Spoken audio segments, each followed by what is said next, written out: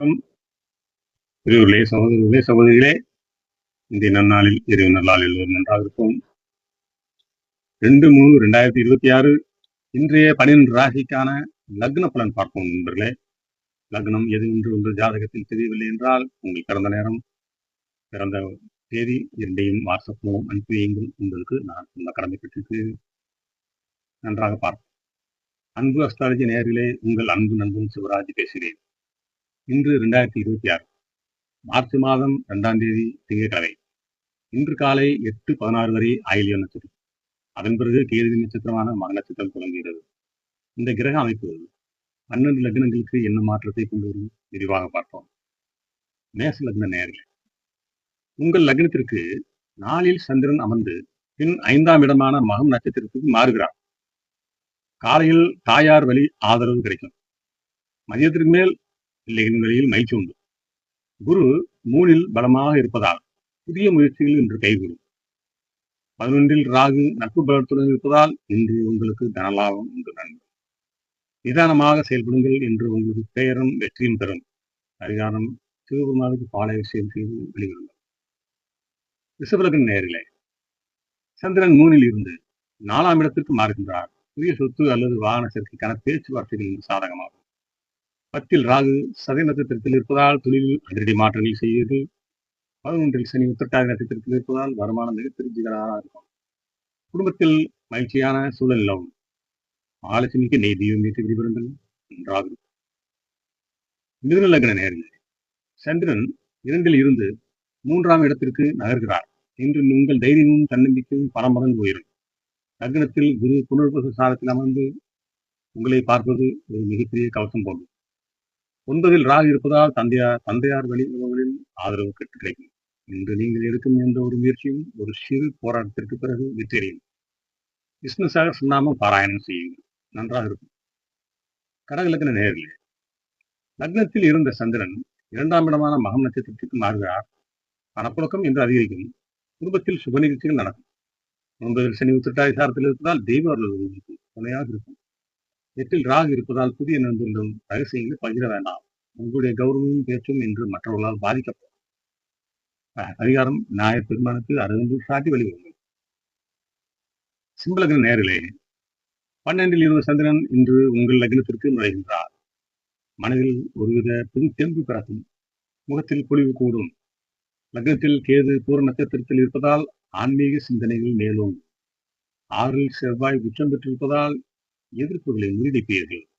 7ல் ராகு இருந்தால் கூட்டாளிகள் மட்டும் விட்டுக் கொடுத்தல் அவசியம். சூரிய பகவானுக்கு தண்ணீர் ஆரோக்கியம் செய்து வணங்குங்கள்.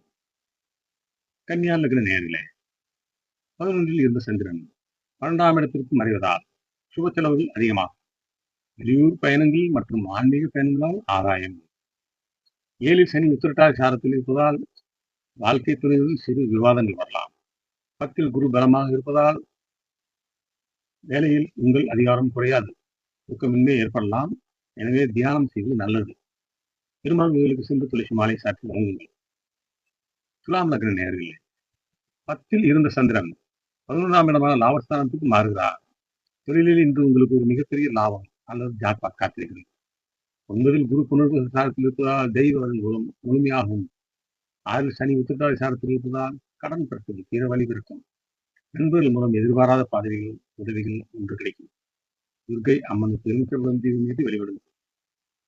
விருச்சிக லக்ன நேயர்களே, சந்திரன் 9ல் 10ஆம் இடமான கர்மஸ்தானத்துக்கு மாறுகிறார். வேலையில் இன்று உங்கள் திறமை வெளிப்படும். புதிய வாய்ப்புகள் தேடி வரும்.